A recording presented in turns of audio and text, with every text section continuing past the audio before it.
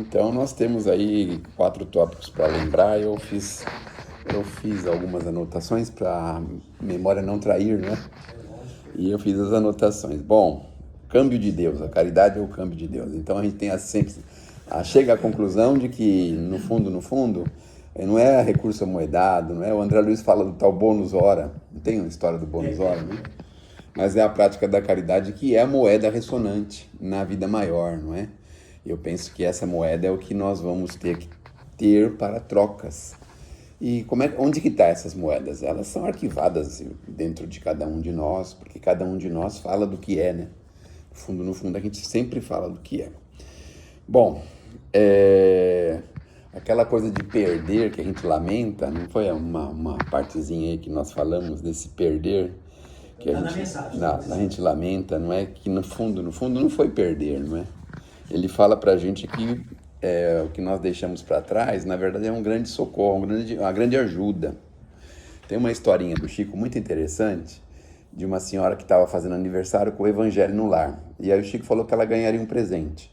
E no dia que ela fez 20, 30 anos, 40 anos de Evangelho no Lar, ela foi se deitar com o marido, e no dia seguinte percebeu que a casa tinha sido invadida e que tinham entrado na casa e pegado coisas dela. E ela ficou muito aborrecida, foi reclamar com o Chico, aquela coisa toda. E o Chico falou, não, minha irmã, o Espírito está falando que você recebeu um socorro. Mas como? Levaram joias da minha família, aquela coisa toda. E aí, resumindo, eles explicaram o seguinte, que aquelas joias foram objeto de sangue, foram conseguidas à base de sangue. E em muitas oportunidades, muitas pessoas ao longo desses últimos séculos tinham vivido esse sentimento de sangue, porque um rouba do outro, um mata o outro, uma coisa assim. E chegou no ponto que estavam lotados de pretensos donos da joia, que ficavam na casa cuidando dela. Então ela tinha lá um séquito de espíritos dentro de casa cuidando dessas joias. E qual foi o presente? Com o roubo da joia, algum malfeitor entrou, levou a joia, o que aconteceu? Foram tudo embora. A toda foi embora. E a gente consegue entender isso? Não consegue. Então é interessante que a gente possa ter essa condição de saber que nós não perdemos, mas recebemos um benefício. Porque, na verdade, pode vir aqui uma situação perturbadora. Eu tive, quando eu jovenzinho, um Ford Galaxy 72, se eu não me engano. Famosíssimo. Famoso. E aí eu andava com ele com um gás de cozinha, GLP. Naquele tempo? No tempo em que o pessoal fazia isso. Fazia a transformação. Gás de cozinha não. Então, aí o GLP era um sistema da empilhadeira e eu andava com aquele carrão lá com um GLP, né? Chegou uma hora que começou a me incomodar, e um dia eu deixei o carro na porta de casa, meu pai veio me acordar falando, roubaram o carro. Falei, e daí? Falou, você não vai atrás do carro? Eu falei, graças a Deus que roubaram, eu não sabia o que fazer com o carro. Você vai vender para um amigo um carro desse? Você vai vender para uma pessoa que dá um problema, uma explosão, um problema qualquer? E depois, como fica? Agora, legal, né? Era ilegal. Era óbvio, né? E aí a pessoa levou, assim, na mão grande, então ela assume a responsabilidade. Não é mesmo? E eu me senti aliviado. Então, algumas coisas que a gente às vezes perde é justamente para nos favorecer, para nos ajudar. E a gente não aceita de jeito nenhum. Não aceita. E aí a vida vai virando. E você olha para trás e fala, puxa vida, que bom que aconteceu tal coisa, que bom, né? Ao longo da vida você vai percebendo isso. Mas o que levou a comprar esse galo? Não, o que levou a comprar era para poder andar, porque ninguém conseguia andar com gasolina na época. Ninguém conseguia. Não, e bebia feito... Não, por causa do porta-mala e por causa do valor, que era uma miséria um carro daquele. Entenderam? Porque gastava muito, a gasolina muito caro, os pau praticamente dava aquele carro de graça. Então, sei lá, hoje dinheiro de hoje, R$1.000. Você comprava um carro daquele de R$1.000, carro automático, cheio de coisa, grandão, porta-mala grande, você põe o gás lá dentro, ninguém sabia que tinha um gás lá, porque era enorme o porta-mala, né? Mas enfim, vamos avançar para o Livro dos Espíritos, na questão 915, velho.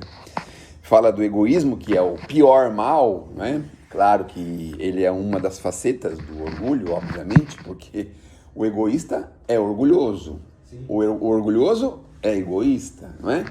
Mas no próprio livro dos Espíritos, eles falam que o egoísmo ele tem 1000 facetas, não é? Ele se apresenta de 1000 formas diferentes, perigosas, inclusive, muito perigosas, né? Bom, só que aí vem uma coisa que é legal. Ele é provisório. Pode levar algumas encarnações, mas ele é provisório. Ele não é definitivo. Não é definitivo.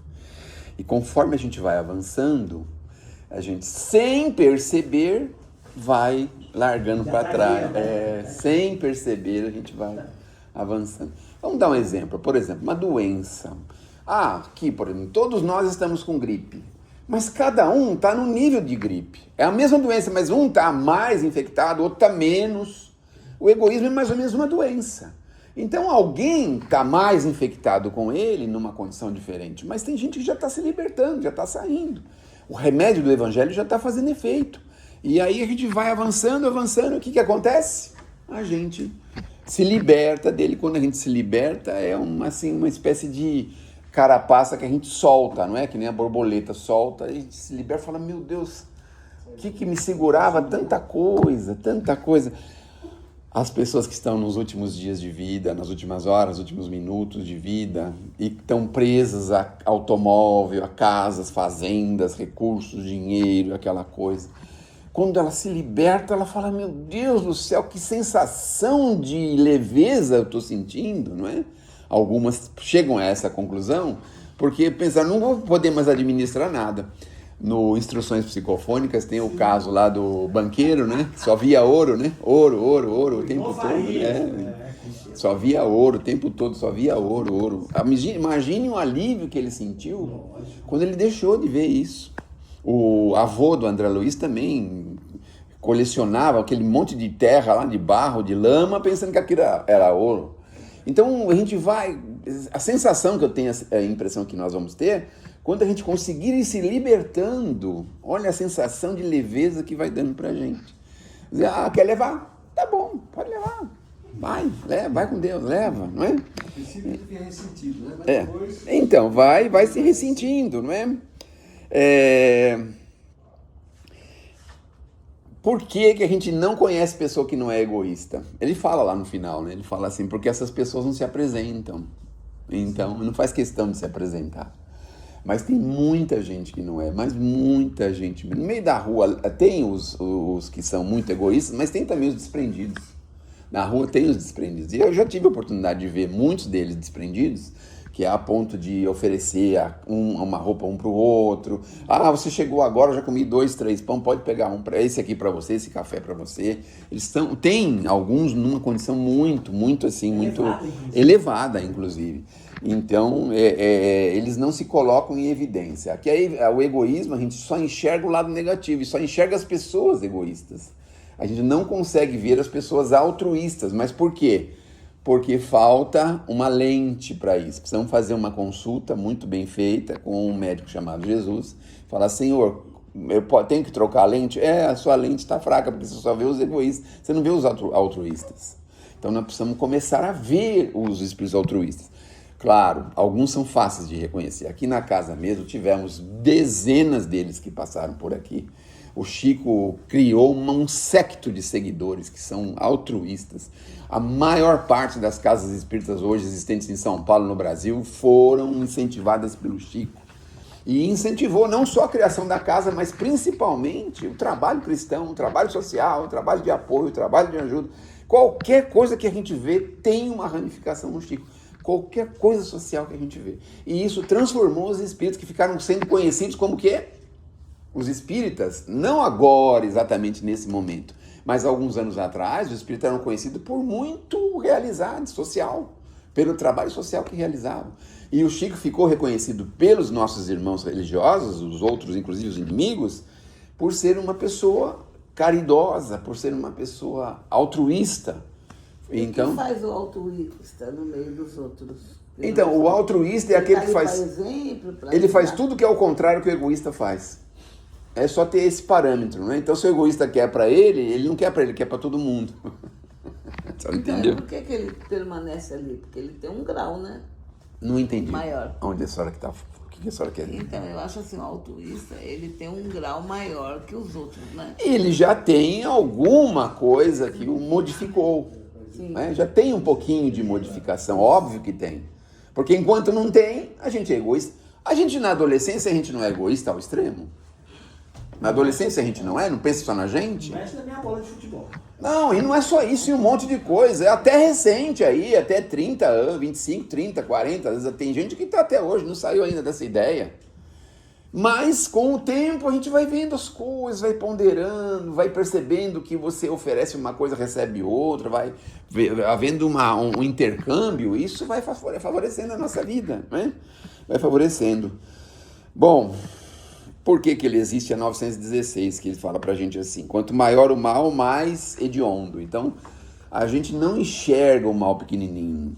O mal pequenininho a gente não enxerga. Então, de vez em quando, ele tem que ser muito grande pra gente falar, meu Deus do céu, pra chocar.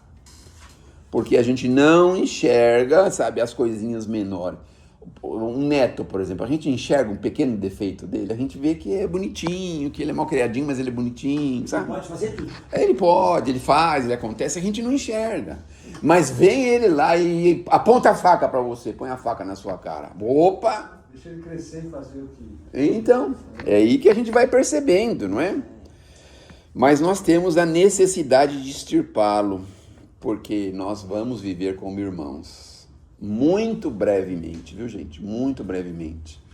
Eu tenho essa sensação, porque, olha, hoje, todos nós aqui podemos andar com um pouquinho de tranquilidade na Terra. Vocês já pensaram há 100, 200, 300, 500 anos atrás? Para você ir de um ponto para o outro, você tinha que se armar, você tinha que ter uma série de recursos defensivos. Você não podia sair como a gente sai hoje. A gente não sai com nada, não sai... Ontem encontrei uma das nossas assistidas lá do Glicério com uma faca na mão. Falei, você vai me matar? Ela falou, não, é que estão roubando muito aqui no Glicério. Eu falei, você vai fazer o quê?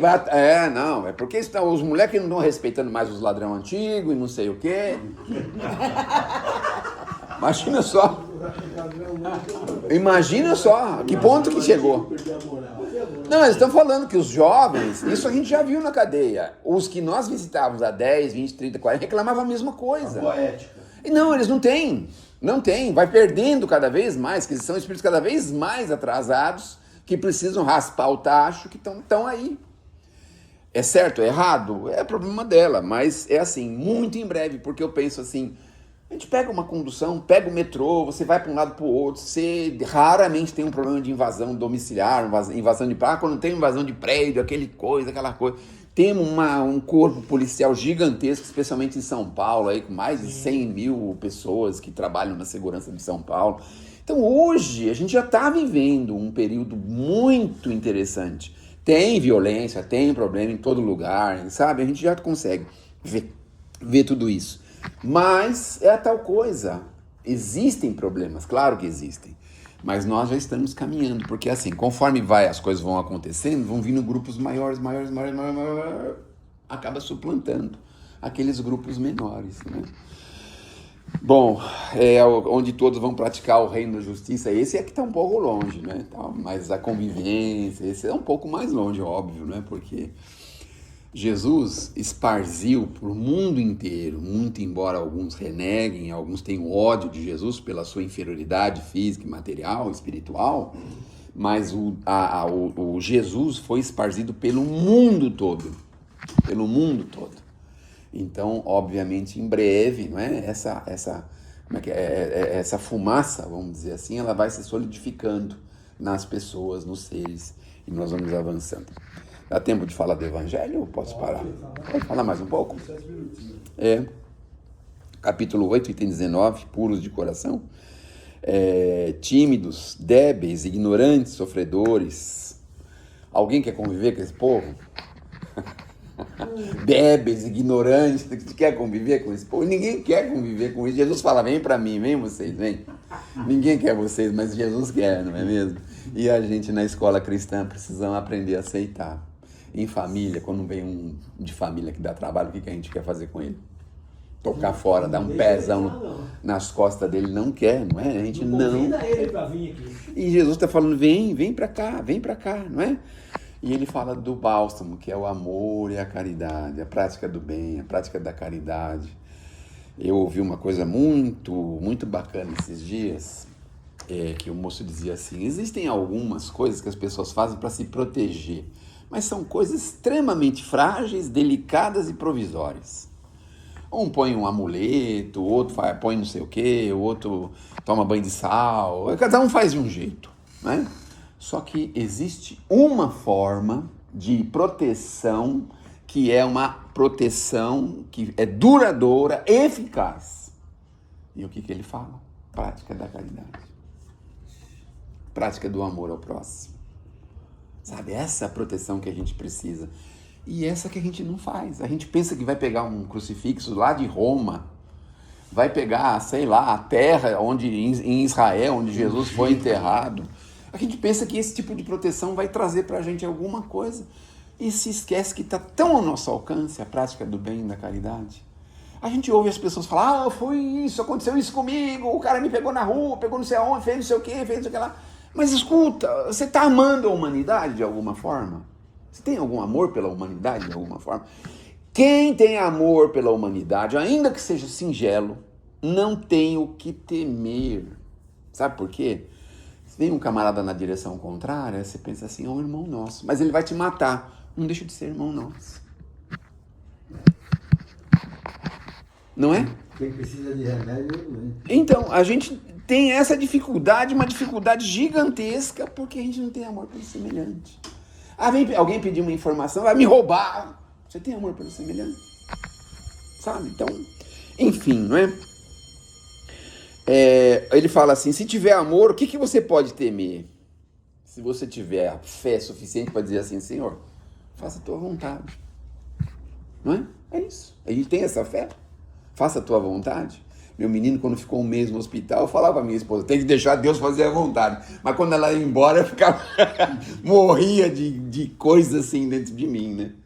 Porque é fácil falar, mas é difícil a gente aceitar a vontade do Criador, não é mesmo? Muito difícil, né? Então, rapidinho, e o Chico que entrou assaltante e deu comida pra ele, então. pra ele, não é isso? O cara sai de lá renovado, pô. O cara sai de lá falando, vou conseguir comida pra esse cara, né? Vou conseguir comida pra esse cara. Se tiveres amor, tem tudo. O tesouro não será devorado e o fardo se torna leve. Então, de vez em quando, me acho numa condição assim de ter que fazer isso e aquilo com algumas pessoas, me alivia o fardo, deixa pra lá, tá tudo bem, vai, faz, sabe? Tudo bem. Mas que não é fácil, não é, e a gente está em aprendizado, né? Desculpe.